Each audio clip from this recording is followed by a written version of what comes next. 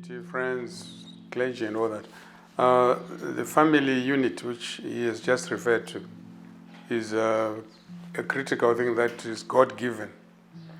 Because before I can even go out there to seek bigger help for the prosthetic, that God-given presentation of family to me is really supposed to be appreciated and never taken for granted. Because like he's just pointing out, there are people who are looking at me right now on the wheelchair who have lost what they should have. They don't have a family anymore, for example, but they've got legs. But some people have even committed suicide because of a broken down family. So what is better really, to lose a leg or lose your life or lose your family? I really need to give credence to my wife and the children for that support which they've given, because no one else would have done it beyond what they've done. And it's even much more difficult to get that help if there is no help from your own family. I would have needed more help from my brothers and sisters and other people, but they've done their bit. They probably were limited by other circumstances such as lack and so on.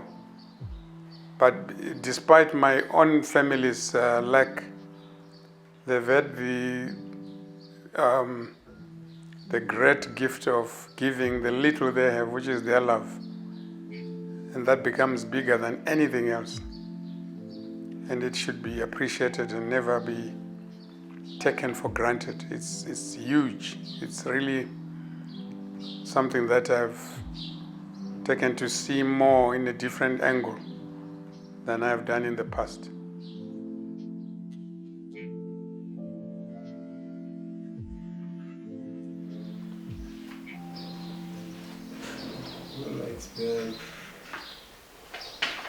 As someone who has been anticipating or been waiting for so long for prosthetic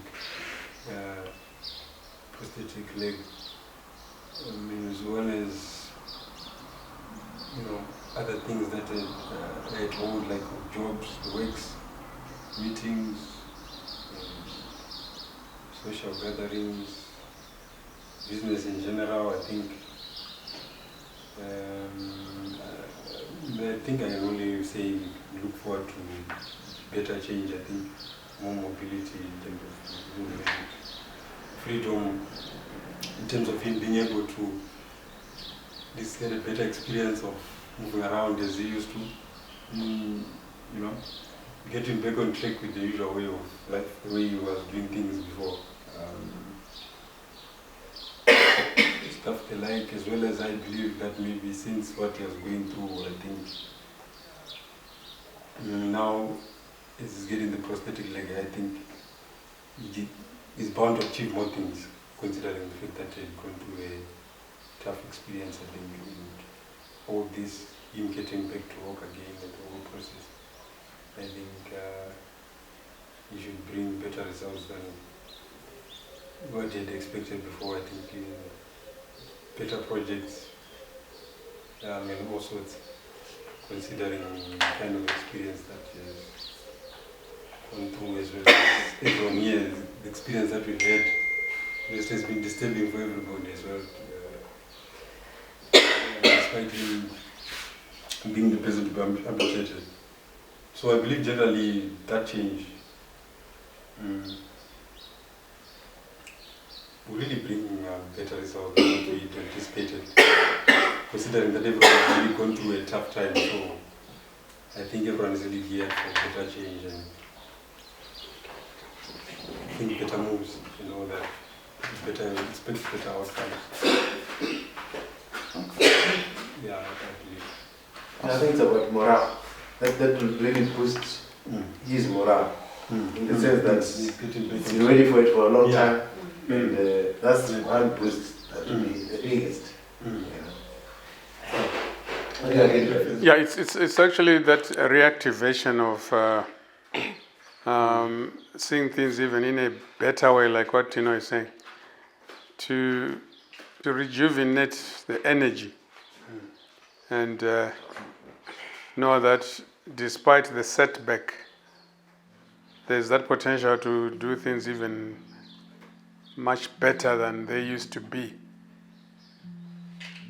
That in its own is quite encouraging. And my wish is that if there are other people in my situation that need help, I should be awoken to the fact that maybe when I also get back to being active, I should do something for others who are going through what I've just gone through. There are some people who are going to go through this in future, that is no doubt. It happens all the time. So I should be able to chip in, especially knowing the challenges that come out of getting through this experience. I should be one of the very first people to say, let me come up with this help, let me give this assistance.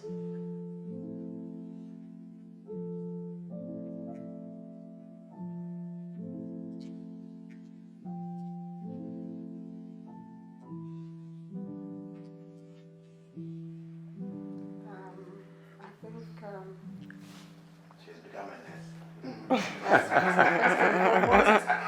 She's become a nurse. I've been a full-time Homeless. Yes.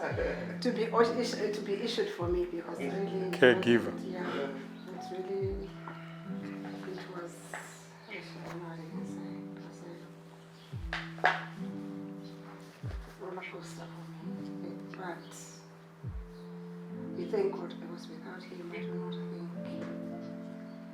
In fact, I would like to say first and foremost, even to my kids here sitting here. Marriage is not something to joke about. That's one thing. Marry for love, not for material stuff. Because if it was that I was here for material stuff, I don't think I would be there for him. But I didn't see him as a burden. But when his leg was taken off, it was like my own leg has been taken off. I felt now we are three. We are three-legged people. Because we would do our exercises in the morning. You will put water, like my daughter has said. He is a person, even if he finishes eating, before you could take his plate to the kitchen, he takes it to the kitchen himself. He will wash the plates. When we are washing, I'm doing my washing, he will come and help me. I was used to it. Anything, when you make a sandwich, you just come and say, yeah, I'm doing something, would you like me to give you this? We used to take a lot of walks. We have walked a lot of places together. There's some people who know us. Wherever there's one, they see me, they know he's somewhere around. When they see him also, they know I am somewhere around. When I go along these days to do whatever, my shopping and everything, I always remember that. It's a privilege God had given me. Sometimes you take things for granted and think it's nothing, but when it happens, you see that this is something else. I think about it though, but I thank God that He's preserved him and kept him, for him to be alive today, and all of us with the love which we've been ushering him. It has brought him back and is gaining his self-confidence. I'm sure in this past time which we were with him and he's here in the house, not going anywhere, I'm sure it has changed his mindset, as we've said, all of us. Whenever we go anywhere, if I need to go with him, I find out where the building we are going, there's no access for wheelchair. Being in construction and business, and you ask yourself, did they not think about wheelchair-bound people? You see that they did not think about it. It's just they write on the tarmac, on the parking. We put the sign of the wheelchair that this place is for disabled people. but there's no facility for the wheelchair to go in. So you tend to get into another world and say, also, this is what people go through. This it's something which is an eye opener that in future, even if I have to have a building or I am given a job, like we are contractors, we'll always suggest if they could put something for wheelchair bound people, so that physically challenged people must be able to also access the offices. But I'm happy that he has gained his confidence, gaining his confidence bit by bit, and when the leg comes, I'm sure he's going to make use of it the best way he can.